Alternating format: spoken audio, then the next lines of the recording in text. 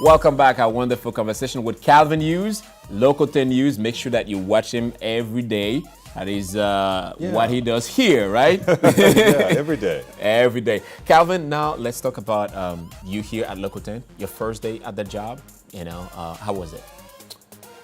Scary because, I had worked in other markets. I came here from Philadelphia. I worked in Dallas, Atlanta, and I was always an anchor in those markets, except for Lexington and Evansville. I started out as a reporter, and then Columbia, Missouri, which is where I went to school, but I also reported there.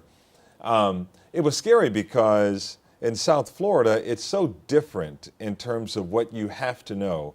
In every other market in Philly and Dallas, Atlanta, it was always about knowing who the city council members were for those major cities. Maybe a few other important cities. Here, you need to know the president of Colombia. You need to know the president of Venezuela. You need to know the Cuban politics, Haitian politics, and Jamaica. And then, oh, by the way, there's Miami-Dade County and Fort Lauderdale and Palm Beach. I mean, you need to know all these things, which is often why people who come from here as correspondents are always very good on the national level, because you have to be aware of so many things that are going on and not just focused on one county or two counties. So it was scary from that standpoint. Seeing some of the Spanish names was scary because I knew I had to say them. You either have to totally Anglicize them or try to speak in Spanish, and I didn't. Coming from Philadelphia, you just don't speak Spanish. You don't speak Creole. You don't speak French. So all of it was overwhelming for me. But I too, like you, I had a mentor. Dwight Lauderdale really sort of walked me through some things, and I was very blessed to have a legend doing those things for me, and I still give him credit to this day for helping me out.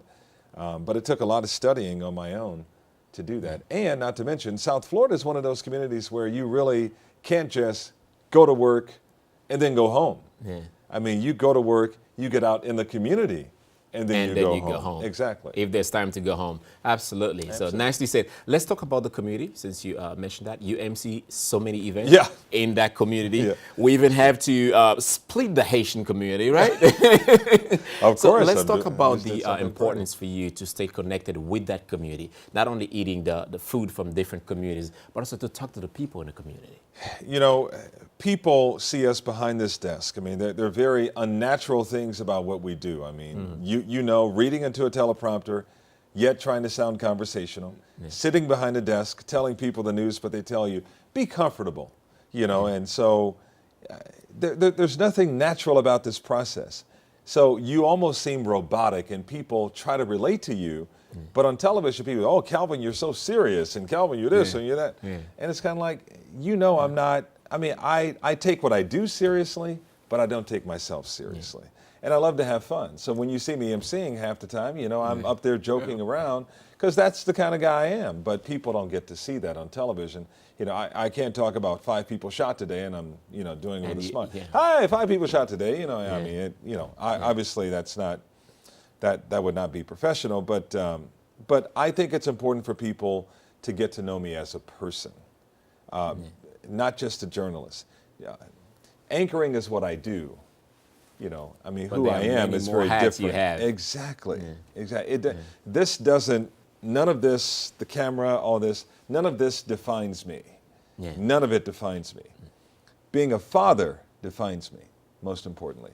If on my epitaph, if all I said was when I was born, when the sun set, where I was born, and say, who was he? Just put father, I'm good.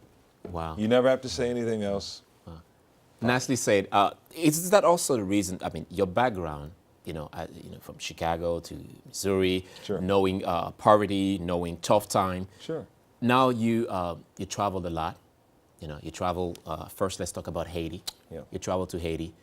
You've done many stories about Haiti. Before you decided to travel to Haiti, I'm assuming you had a perception about Haiti.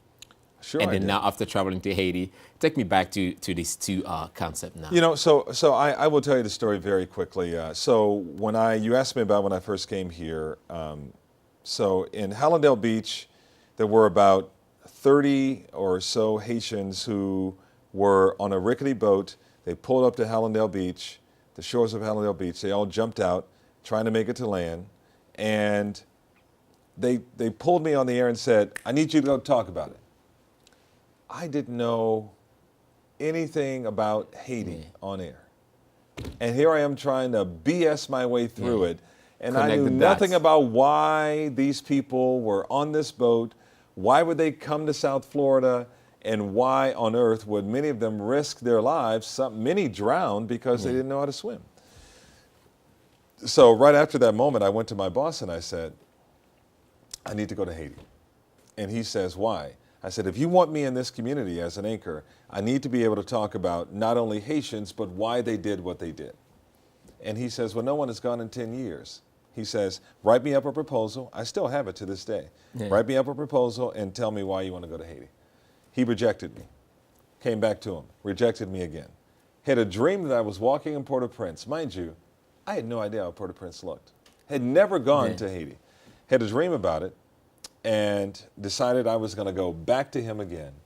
And on the third try, he said, all right, go. And from that moment, I started researching as much as I could, talking to as many people as I could. Gypsy, Marlene Bastien. I mean, anybody who would listen to me, I would ask them questions about what was I getting into. And I went, and it completely changed my life. Totally. I stayed for 1 week. Completely changed my life. I think anybody who goes to Haiti, they will be transformed in some kind of way, if you're in the moment. Yeah. And I was so there. I didn't know what to expect, and what I expected was the opposite of what people told me. So, for example, I'll never forget this. After the quake, one of the myths about Haitians is that Haitians don't want to be educated, which you and I, it's laughable that that is the case because to me, Haitians are not only the smartest people that I have met in my life, but the most determined people I've met in my life, next to Cubans and having gone to Cuba as well. So I was in this field, and I remember having my notepad, and my interpreter was with me, and I was walking with my notepad in this field where people were still recovering from the earthquake, and a little kid came up to me and was pulling on my notepad. And I turned to my French interpreter and I said, what is he asking for? And he said that he wanted my notepad. And I said, well, ask him why. And he said, the kid said, I want to have your notepad because when my school is rebuilt, I want to make sure that my homework is done. Wow. So he then turned to me and said, habla español? I said, nope. He asked me, did I speak French? He asked me, did I speak Creole? Yeah. I said no. Now, who was the real dummy in that moment? The American was the dummy in that moment. Yeah. The kid, who is 9 years old, who speaks 3 languages and is determined to get his schoolwork done, he's the smartest kid right there. So I like to tell people that, look, don't. What a story. This is not even about people who don't want to learn. This is about opportunities to learn. Yeah. I remember being in Champ de Mars on that very first trip that I just told you about. There were young people who were studying by candlelight, trying to get their schoolwork done, memorizing their equations for math and chemistry and biology. And I asked them, why are you doing this? They said, I just want to be the best. They asked me if I would help them get to America, not because they want to come here for the rap music, the clothes and big houses and cars. They were coming here. They were asking me if they can get an education here. And I asked them, why do you want an American education? So they can come back to Haiti and make a difference, is what they told me. 70% of the population in Haiti are young people under the age of 35. Yeah. So this is the future of Haiti, and my hope is that they will be the ones to turn the country around. Talking about going back, and we know that we have a huge Haitian American community here in South Florida. Sure. Some of them, they've never been to Haiti. Yeah. What is it you would tell them? Well, I would tell them that Haiti is, next to seeing the countryside of Cuba and some of the other places that I've been to, Haiti is what some have called the Swiss Alps. Once you get outside of Port-au-Prince, the word Haiti means land of mountains. Yeah. Most people don't even know that. So Haiti is 80% mountainous. So when you get outside of Port-au-Prince and you start getting into Labadie, and you see the Citadel, and you see Sans Souci, and you see all these places, forget about it. The most beautiful places I've ever gone to, have been above the Kinskov area. Once you fly into Port-au-Prince, you start getting into the mountainous areas of Haiti. Yeah. I mean, where you need a coat and it's 80 degrees where you just left, and you get up to the mountainside and you can't forget about it. Oh, it's unbelievable. Oh, man, please. Those homes are remarkable. I mean, I went to a place this past weekend in Port-au-Prince where it outdoes any place in Miami Beach.